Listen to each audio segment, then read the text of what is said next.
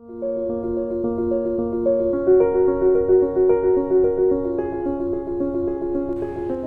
الله الرحمن الرحيم دمان أصحابتا جنالك منير مرسكو حيران سو دوادا وصاحبكي منير maanta sidoo kale waxa ila joogo saaxiibkay Dr. Cabdinaasir Shide maanta waxaan rabnaa inaan ka hadalno mawduucan oo aragnay inuu muhiim yahay ka hadalkiisa marka insha Allah mawduucaas wuxuu noqonayaa ilma yar oo aad u yar daadooda 3 jir oo kala laba gabdhood oo lagu dhibaateeyay lagu qofsaday degmada Afgooye ilmahaas kulay dhibaato weyn loo geystay dhowr qofood isugu tagtay mawduucaas rabnaa inaan ka hadalno dhibaatadaas loo geystay gabdhahaas yar nagoo la danqaneeno familkii dhibaatada loo geystay dhibaatadan dhibaato yar maaha oo ilaa heer waxa la gaarsiiyay ilmahaas in isku furmaan xubnahooda qaybtii saxarada qaybta kale marka insha Allah waxaan su'aal ka weydiinayaa saaxiibkay Cabdinaasir Dr. Cabdinaasir Shide dhibaatada la kulmi karaan labadaas gabdhood xagga maskaxiyan mental ahaan doorso dhow okay waa tahay shariif badana adii dhibkan hadda dhacay oo ilmaha in sex ahaan loogu xadgudbo hadda ma ugu horeyso wadankeena waqtiyadii ugu dambeysay waxaa laga maqlayay gobolada dhexe bari iyo gobolada hadda Puntland isku dhaho mostly tan oo dhacdadii ugu dambeysay shalay ama daraad la soo sheegay iyada ugu naxdin badneed maadaama dadka dhibka loo geystay ay ahaayeen dad aad uga da'yar sida caadiga ahayn yani markii laga hadlayo marka qofka dhibanaha ah oo dhibka loo geystay dhibaatooyinka gaari karo waxay iskugu jiraan dhibaatooyinka la arki karo physicalka ah iyo dhibaatooyin saa ogsoon tahay maskaxda iyo ku saabsan dhimirka taas waa u tagaynaa laakiin tan hadda ugu muhiimsan waxa waaye qof walbo wuxuu isweydiin karaa misalan maxaa ka dhigaya qof oo caadi ah in uu galma ahaan uu u damco ilmo yar yar oo gaarsiisan heer da'dooda 4 sano jir oo kala ah badanaa marka laba dhinacba waa laga fiirin karaa marna in dhibaato qofka ay ka haysato misalan dhimirkiisa dadka dhimirka ka jiran qaarkood gaar ahaan qaybaha ku aadan galmada yani dhimirka qofka wuxuu ka jiran karaa ama dareenka ama wuxuu ka jiran karaa qaabku wax u xogminayo ama dhaqanka marna wuxuu ka jiran karaa qaybaha ku aadan galmadiisa iyo sida uu galmo u sameynayo marka dad waxaa jiraan dhibaato ahaan cudurrada dhimirka ka qabo qaybaha galmada taasaa marka waxay ka dhigeen in ay jeclaadaan in la sameeyaan maxaa loo yaqaanaa galmo ilmahaas aadka u da'da yar haddii group lagu sameynayana way ka sii daran tahay marka guud ahaan xaaladda meesha ka abuuranta waxa waaye xaalad u baahan waraysi badan صح إن si wanaagsan loo taxliiliyo dadkaas ay dhibaatada sameeyeen in gacanta lagu dhigo waaye oo yani la qiimeeyo caqligooda iyo maskaxdooda iyo dhimirkooda haddii dembi uu soo baxana dembigiyaa lagu oogaa haddii jira ay soo baxdana iyagaaba kaalmo u baahan iyagaa taageero u baahan oo in karantiir u baahan marka gabdhaha kulay physical ahaan dhibaatada u soo gaartay waa tan dadka ka argagaxeen oo kulay tan mentalka ka dhib badan labada gabdhood marka ka hadleeno physical ahaan hadda gabdhihii waxa waaye ceeji iyo waxyaabo jirkooda wax badan waxa ka muuqda oo dhibaato loo geystay in aad yani loo qasbay in qaybtii saxarada iyo jirkooda la isku furay marka qaybtaas waa physical ahaan jirkooda caafimaad ahaan dhibaatadaas gaartay gabdhaha marka ayaga maxaa kale oo is leedahay mental ahaan waa u gaareen labadaas gabdhood oo way u baahan yihiin in laga daaweeyo oo maadaama gabdha aad u yar qaabkaas loo dhaqmay ilaa xataa mustaqbalkooda waxa ay dareemi karaan wuxuu noqon karaa tan dhimirka yani horta jirka maba sahlanaba sheekada صح oo waxaa laga yaabaa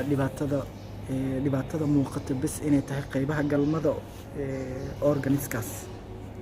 oo fujani iyo masalan dhinacyadaas anaskii isku furmay yes laakiin dhibaatooyin kale waxaa laga yaabaa dhabarka in dhibaato ay ka gaartay qoorta dhibaato ay ka gaartay waxyaabahaas oo dhan yani physical examination xoog badan ay horta ka u baahan yihiin sax haddii la rabo sun in la siiyo oo la sooxiyaa dhici karto yani waxyaabo badanaa dhici karaan marka tan oo jirka ah ma fududa naftirkeeda qaybahaas la tirin kara keli ma ah waxyaabo badan lasii ogaado waay okay qaybta marka dhimirka ku saabsan waxa waaye maadaama dadkaneeto ay yani experience gareeyeen ama ay la kulmeen dhacdo aad u naxdin badan waxaa laga yaabaa in mustaqbalka ay development gareeyaan ama uu ku dhaco cuduradan cudurka la dhaho PTSD post traumatic stress disorder oo yani qofka lagu arko haddii yani bil gudaheed uu la kulmo maxaa la dhahaa xadgudub isaga taabanayso oo sexual ha ahaado galma ahaan ha ahaato ama wax kale ha ahaado ama inuu witness u noqdo ama goobjoog uu ahaado meel xadgudub uu ka dhacayo ama qof lagu dilaayo ama qof galma ahaan loogu xadgudbaayo ama jirkiisa la dhibaateynayo soo gabdhahan iyagaa xadgudubka lagu sameeyey waxaa laga yaabaa inay cudurkaas uu ku dhaco laakiin waxaa sugaynaa ilaa 1 bil inta calaamadaha aan ka heleeno wayna da-yar yihiin da-yaraantaas waxaa laga yaabaa haddana inay aasaasto cudurada dhimirka fil mustaqbal markii oo adult life-ka ay noqdaan inuu ku dhaco haddaas laakiin aanan ka muuqanayn calaamadaha hadda aan ka muuqanaynin laakiin markii ay soo weynaadaan oo adult ay noqdaan dad waaweyn oo 20 iyo wixii ka badan in calaamadii cudurkaas dhimirka ka soo muuqdo saameyntan ay noqoto dhibaatadii markaa hadda loo geystay waa ka sidoo kale qasab ma aha cudur xadidan in waqtigaas uu ku dhaco laakiin waxaa qasab ah markay weynaadaan inay noqdaan kuwo u jilicsan cudurada dhimirka oo hadhow waxaa dhici karta inay ka haajiraan galmadii caadiga markay qaangaar noqdaan oo qofka la rabo inuu galmo sameeyso ilmo u dhalo guur sameeyo iyaga waxaa laga yaabaa in oo galmadii ay ka dhibaataysmaan nin dhan ay nacaan waxaa kaloo dhici karto haddii xaalad yar oo stress ay la kulmaan in depression uu ku dhaco markay weynaadaan in walwal xad dhaaf uu ku dhaco cudurada dhimirka badanaa waxyaabaha keeno qofka markuu weynaado waxaa sabab u ah markuu yar yahay haddii dhibaatooyin uu la kulmo oo noocan oo kale ah soo marka gabdhahan waxay hadhow khatar ugu jiraan markay weynaadaan in cudurada dhimirka uu ku dhaco marka xaalad xun waaye badanaa qofkii loo geystay dhibka dareemi karo ma sahlano xaaladiisa especially hadda ilmo waaye anaga waxaa ka hadlayna waa geed yar oo maxaa lahaye lagu dheeldheelay oo kale waaye ma baxi doono mustaqbalkiisa dhan waa yes mustaqbalkiisa oo dhan meesha ka baxay mushkilad weyn ay gaartay wax walba fil mustaqbal qatar ay ugu jiraan gaar ahaan dhimirka waaliyay development gareyn karaan cudurada niyad jabka cudurada cabsida saa'idka ah cudurada inay bulshada ka dhex baxaan waxaas oo dhan qatar ay ugu jiraan marka kulay anaga hadda waxaan kula talinaynaa qolada la tacaalayso labadaas gabdhood yar horta si isku mid ah yani xanuunka ula qaybsanaynaa ilaahayna waxaan ka rajaynaynaa inuu ka caafiyo sidaas physical ahaan iyo mental ahaan laakiin waxaan talo iyo tusaale ama talooyin caafimaad u gudbinaynaa aniga iyo doctorka Cabdinaasir dadka hadda la tacaalayo labadaas gabdhood iyo waalidka in xagga dhimirka sidii ay ugu daaweyn lahaayeen labadaas gabdhood oo yani u daryeeli lahaayeen isku dayaan si mustaqbalkooda iyo noloshooda soo socota ay u noqoto mid dadka caadiga camal ah walow dhibaatada ay gaartay laakiin haddana dhibaato kastaba xalkeeda waa la heli karaa marka laakiin dhibaatooyinkan oo kale hadda gabdhahay aad u saameynaysaa yeelay iyada Ayada bulshadii dhisaysay iyo waxaas oo kale yani iyaga dhibka xooga badan qaba nin la kufsaday ma dhacdo mustali hadday ma dhacdana dhacaysaa consequenceska oo ninkaasito Aad iyo aad. dhaxlaayo yani ma badna marka insha Allah in familka marka waxaan kula talinayaa in dhankaas iyo, dhimirka inay kala tacaalaan gabdhahaas yani wax badan maskaxdooda sidii ay ku daaweyn lahaayeen oo ay ku dejin lahaayeen in isku dayaan oo ku dadaalaan insha Allah marka Tore waa maasan tahay ugu dambeyn maxaa leedahay mawduuca hadda jiro oo child abuse-ka ilmaha yar dhibaatada loo geystay waxaa ku darsanaysaa kusoo gabagabeynaysaa yani waxaan kusoo gabagabeynaa bas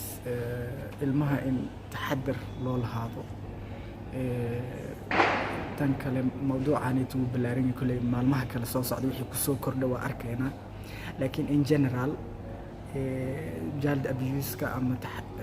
xadgudubka loo sameeyo ilmaha loo geysto laba nooc waaye mid saan loo arko sax oo lagu baraarugsan yahay sax iyo mid xaafadaha ka dhaco laakiin aan lagu baraarugsanayn aad iyo aad so qaybta kale maalin kale ka hadlayna maalin kale aan ka hadli doonaa sida aad ka dhawaajiseen waa run tan aan muuqanin ayaa aad uga badan tan muuqata oo hadda dhacdadan oo kale xaafadahay ka dhacdaa walow hadda aanan sii gelaynin waqtiga naga dhammaaday marka insha Allah mar kale ka hadli doonaa waana mahadsantihiin daawashadiina dhammaan asxaabta asalaamu calaykum waraxmatullaahi wabarakaatuhu soo dhawaada صلوا صلوا صلوا على رسول الله